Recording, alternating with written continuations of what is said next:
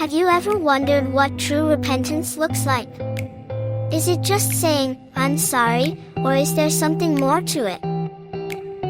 The Bible teaches that repentance isn't just about feeling bad for our sins, it's a complete change of heart that leads to a change in action.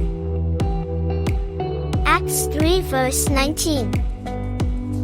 Repent, then, and turn to God, so that your sins may be wiped out, that times of refreshing may come from the Lord.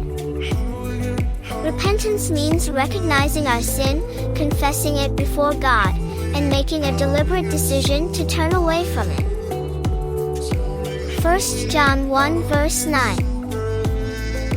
If we confess our sins, He is faithful and just and will forgive us our sins and purify us from all unrighteousness. Think about the prodigal son. He left his father's house and wasted everything, but when he truly repented, he didn't just regret his actions, he got up and returned to his father. And what did his father do? He ran to meet him with open arms. That's how God responds to true repentance. He's not waiting to condemn you, He's waiting to restore you. But repentance also requires action. If you've been walking in sin, turn away from it. If something is pulling you away from God, cut it off. Real repentance bears fruit, it changes the way we live. 2 Corinthians 7 verse 10.